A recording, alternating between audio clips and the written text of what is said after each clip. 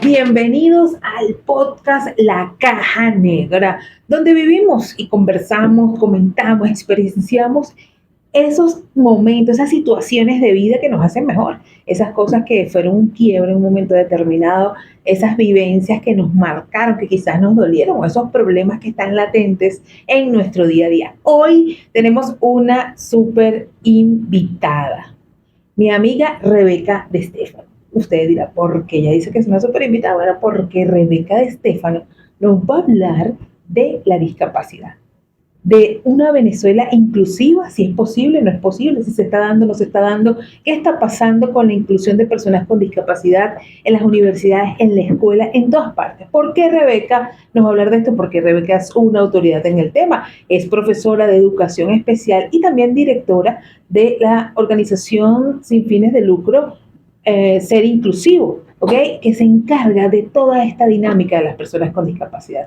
Rebeca es una mujer con discapacidad, al igual que yo, y entonces hoy vamos a estar hablando cómo se vive la vida personal, social, universitaria, laboral, sobre todo de la mujer con discapacidad. Bienvenida, Rebeca. Gracias por la invitación a este espacio tan necesario para poder difundir eso que tú dices, esa vida dentro de lo social, educativo, cultural y en todas las instancias de las personas con discapacidad. Rebeca, te invité porque necesito, para mí es fundamental hablar de la discapacidad, porque la gente que no vive la discapacidad muchas veces no lo entiende, porque es un contexto totalmente ajeno. La gente tiene como un chip, pareciera, no sé si lo compartes, que como tienes discapacidad estás disminuido, pobrecito, o sea, como que no tienes derecho ni al amor, ni a la riqueza, ni al éxito profesional, ni al éxito laboral. O sea, ¿qué es lo que está pasando con nosotros y esa creencia colectiva? Sí, yo creo que hay como una relación que tienen las personas cuando escuchan discapacidad, inmediatamente lo relacionan con enfermedad. Y esto es importante aclararlo. Una persona con discapacidad no necesariamente tiene una enfermedad. Una enfermedad puede traer una discapacidad. Y la discapacidad, ¿qué es? Es esa disminución de alguna de las capacidades, ¿ok? Esto es desde el punto de vista orgánico, ¿ok? Porque cuando hablamos desde el punto de vista social, si la sociedad te permite o te brinda todos los elementos necesarios, todo lo que es la accesibilidad, la discapacidad disminuye. Incluso hasta se puede eliminar, o sea, es romper barreras. Es romper barreras. ¿Sabes que tengo un amigo que fue a Portugal hace poco? Y como él sabe que yo estoy en estos temas de discapacidad, de inclusión, me llamaba todos los días de Portugal, me decía, mira esto, la gente de aquí en Portugal puede ir sola a la playa, mira, o sea, él no podía creer las cosas que ocurrían. ¿Qué crees que nos pasó como sociedad? ¿Crees que estamos avanzando? ¿Crees que estamos, porque tú decías algo importante? Vamos a explicarle un poco a nuestros amigos por qué se dice que si se te ofrece, el entorno te ofrece las posibilidades, se disminuye. Porque resulta que la discapacidad está basada sobre todo en el transporte, en que la infraestructura sea amigable con esa limitación de una capacidad que pueda tener una persona. La cuestión está, nuestra ciudad, por ejemplo, Caracas, Venezuela, en los distintos ámbitos, turismo, universidad, en el ámbito laboral, es accesible. ¿De verdad es esa mano amiga que las personas con discapacidad necesitamos para incluirnos?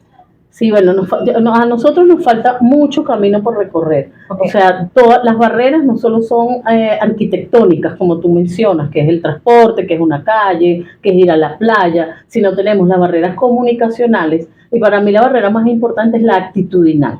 O sea, la actitudinal, ¿por qué? Porque desde que tú llegas a un entorno, bien sea educativo, bien sea social, bien sea cultural, ya hay como un freno. A pesar de que escuchamos mucho hablar de discapacidad, escuchamos hablar mucho de inclusión, pero la inclusión tiene 3 elementos importantes. ¿Qué tiene que pasar para que estemos incluidos? Tiene que pasar presencia, o sea, que yo pueda estar en ese sitio, yo pueda estar en la playa, yo pueda estar en un colegio, tener ese derecho a estar dentro de ese colegio. Pero hay otro elemento que es la participación. Entonces dicen, bueno, si está incluido un niño con algún tipo de discapacidad, sí tiene la presencia, pero tiene la participación. ¿A qué se refiere la participación? Que se le escuchen sus derechos, que pueda hablar, que pueda interactuar, que tenga acceso y accesibilidad a los materiales con que estudia. Y el otro elemento, el avance o el aprendizaje. 3 elementos fundamentales para el proceso de inclusión. De cara a esos 3 elementos, quiero comentarte algo que también me preocupa enormemente. hay personas con discapacidad que no nos empoderamos de la ley, porque sabes, en Venezuela existe la ley para personas con discapacidad y su última renovación o adecuación o actualización es en el año 2007, ¿no? Recuerdo que del 2013 hacia atrás, hasta el del 2007 al 2013, fue mucho la campaña de inclusión de personas con discapacidad. Después del 2013, eso más nunca escuchaste, la inclusión de personas con discapacidad.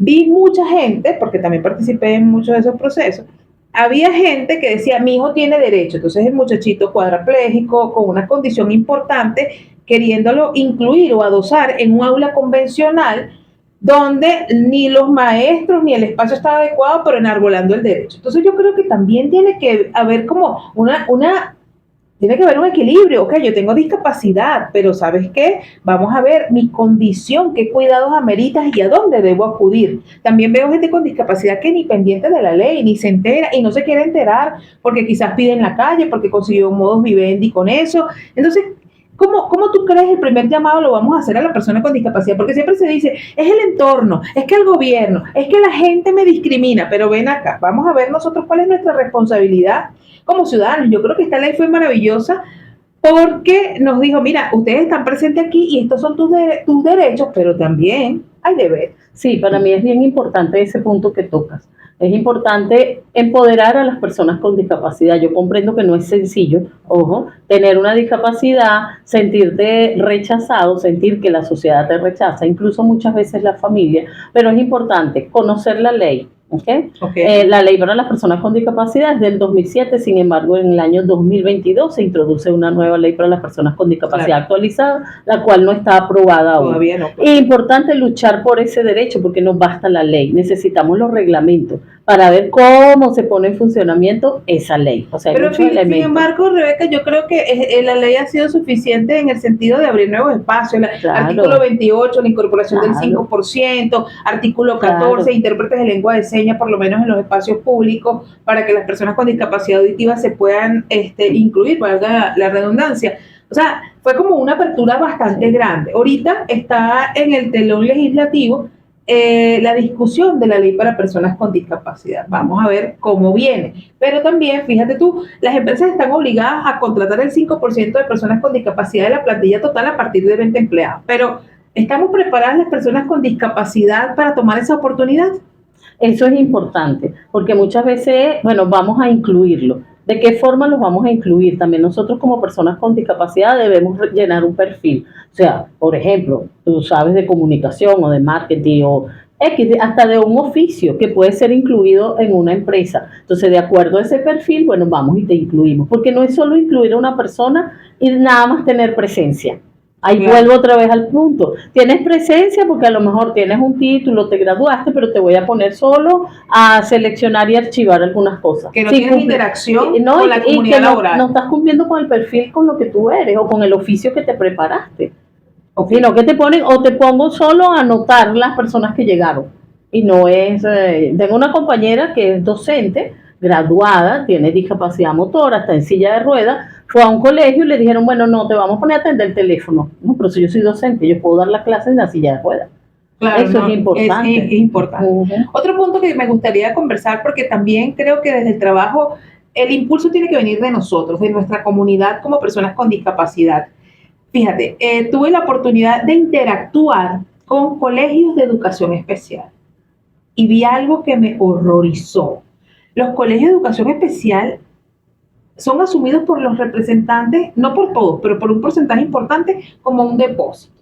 O sea, escuché representantes decir, mira, te lo dejo aquí, y vengo después, y si acaso se pasaban 2 y 3 horas y las maestras esperando que vinieran a retirar al representado con discapacidad y no ocurría. O mira, el muchacho tiene como una semana que no viene, lo que pasa es que el otro hermano tenía unas competencias y como ese sí, entonces nosotros estábamos acudiendo. Entonces, ¿qué pasa? ¿Cuál es el llamado que tenemos que hacer a la familia que alberga un niño con discapacidad? Sí, fíjate, para un niño con discapacidad y sin discapacidad, porque nos pasa con cualquier niño en la escuela y lo pueden certificar los maestros, pues las maestras.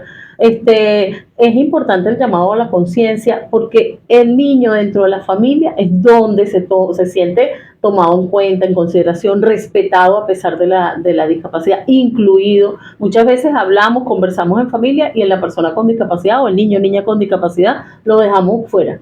No le pedimos opinión.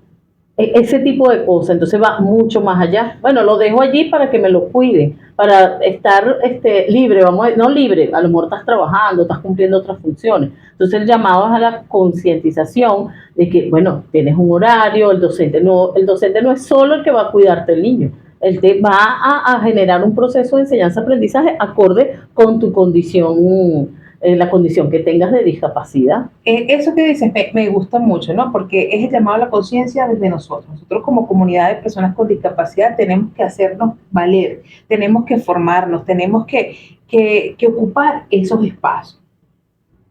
Hablamos ya de la parte laboral. Siento que del 2007 al 2013 en muchas empresas se hizo esa adecuación. Sin embargo, vale destacar, es importante, ¿sí?, recalcar que antiguamente con el tema de las transnacionales, en los años 80, los años 70, teníamos muchos dispositivos de accesibilidad en la ciudad, porque también hay gente que es sanguinaria, no, que aquí nunca se han encargado, no es así, no es así porque hay muchos dispositivos, pero sin embargo, hasta las personas con discapacidad no saben qué es un dispositivo. Claro, también he visto crímenes, como digo yo, porque es crímenes de lesa humanidad y de guerra. Por ejemplo, algo que vi que está pasando en el remozamiento que le están haciendo al metro. Los mosaicos del metro guían a las personas con discapacidad auditiva para saber a qué estación llegaron. Y ahora todo tiene láminas grises. Entonces, ¿cómo nos vamos a ubicar? ¿Cómo la gente sorda se va a ubicar? ¿Qué está pasando con la gente que está reconstruyendo el país, hablando en infraestructura que no está tomando en cuenta? Solamente te das cuenta cuando algo es como de inversión privada o de inversión pública, porque cuando tú ves una torre, por ejemplo, la torre cinética que está aquí cerca en los Cortijos, ¿ok?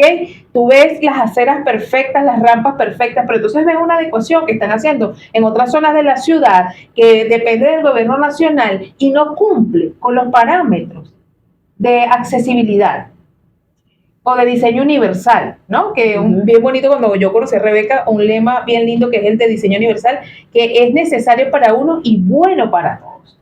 Entonces, Rebeca, y también importante la parte personal. Las personas con discapacidad tienen derecho al amor, a relacionarse, a la sexualidad. La gente cree que no tenemos esposos, sí tenemos esposos, que no tenemos hijos. Una vez un muchacho me dijo, yo creía que tú no tenías hijos por tu defecto. Tu defecto, imagínate. Tu defecto, sí, ¿no? Entonces, ¿cómo se ha manejado o cómo lo manejas tú? Ok, mi discapacidad es motora con dificultad para la marcha. Yo camino con apoyo, yo camino con bastón. ¿Cuál es tu discapacidad, Rebeca? Mi discapacidad es motora, soy amputada de la pierna derecha. Okay. Y uso prótesis y uso también muleta, dependiendo de las circunstancias. Exacto. ¿Te casaste? ¿Te ocurrió la discapacidad después del matrimonio? ¿Te ocurrió antes? ¿Cómo fue tu caso? No, después del matrimonio. Mi caso es un cáncer en el hueso. Tuve 7 años tratando de salvar la pierna, no se pudo, y lo viví con mi esposo. Gracias a Dios, bueno, me apoyó mucho, pero todo ese proceso también primero, empoderarme yo, segundo, educar a la familia, porque la familia, ¿qué hace? Te protege o te sobreprotege. No te pares, no trabajes, no salgas, no. Yo recuerdo que yo fui a buscar trabajo como docente, ¿ok? Y una persona me dijo, pero ¿cómo tú vas a ir a buscar trabajo si te falta la pierna? Y yo le dije, no, pero ¿cómo más? O sea, yo no trabajo solo con la pierna. Yo pienso, tengo un título, hago todo mi proceso. Entonces, bueno, y de hecho introduje unos papeles en sitio del gobierno y me dijeron que no. En ese momento, te estoy hablando de hace muchos años atrás, ¿no? Okay. Y yo dije, no, sigo buscando y bueno, tengo 25 años en la Universidad Nacional Abierta, donde perfectamente he desarrollado mi carrera de forma exitosa y bueno, siempre dejando la marca de lo que es la inclusión de las personas con discapacidad, no solo de los trabajadores, sino también de los estudiantes. De los estudiantes. Cosas por hacer. ¿Qué crees? ¿Dónde tú piensas, según tu experiencia y la cantidad de gente con discapacidad con la que te relacionas continuamente, porque estás en esto de la inclusión en la vida diaria, en la vida universitaria, en la vida laboral? ¿De qué manera crees o cuál sería como la punta, el inicio de tener una ciudad o un país más inclusivo para las personas con discapacidad? Mira, para mí es importantísimo la formación a toda la ciudadanía. Y más que la sensibilización, porque hablamos siempre, vamos a sensibilizar. Y muchas veces el sensibilizar es el pobrecito tú. ¿Okay? Ajá, es la Entonces es concientizar y es formar a toda la ciudadanía, o sea, familias, docentes, personas con discapacidad, a los mismos entes públicos, a los mismos altos del gobierno, a autoridades de universidades, o sea, es concientización más formación y eso tiene que ser constante, constante, constante, esto no puede parar. Porque desde cómo utilizamos los términos para dirigirnos a una persona con discapacidad hasta, bueno, cómo vamos a trabajar lo que es el diseño universal y el diseño universal para el aprendizaje. Eso es importante. Bueno, queridos amigos, ha sido pero demasiado este concentradito. Ya iremos haciendo más programas, quizás nos vayamos a la calle. Te invito, Rebeca, que nos vayamos a la calle a ver qué es lo que está pasando, cómo estamos incluyendo a las personas. Bueno, queridos amigos, será hasta la próxima edición de La Caja Negra. Déjanos en tus comentarios qué otros temas te gustaría escuchar. Vamos a estar hablando del acontecer nacional, vamos a estar hablando de las diversas poblaciones que habitan en este país, las diversas comunidades, porque eso es importante, saber cómo la vive cada quien. Bueno, queridos amigos, ¿dónde te puedes localizar, Rebeca? Danos tus redes, danos toda tu información. Sí, bueno, Rebeca Estefano, en @serinclusivo y @Rebeca Estefano, ese Estefano es con E, no como el italiano, sino Estefano, por allí me pueden ubicar, recordarles que ser diferente es algo común, eso es importante. Qué bueno, marcar desde la diferencia. Bueno, queridos amigos, siguen nuestras redes, @La Caja Negra Caracas, @Soy Yumiko. Será hasta nuestra próxima entrega. Chao.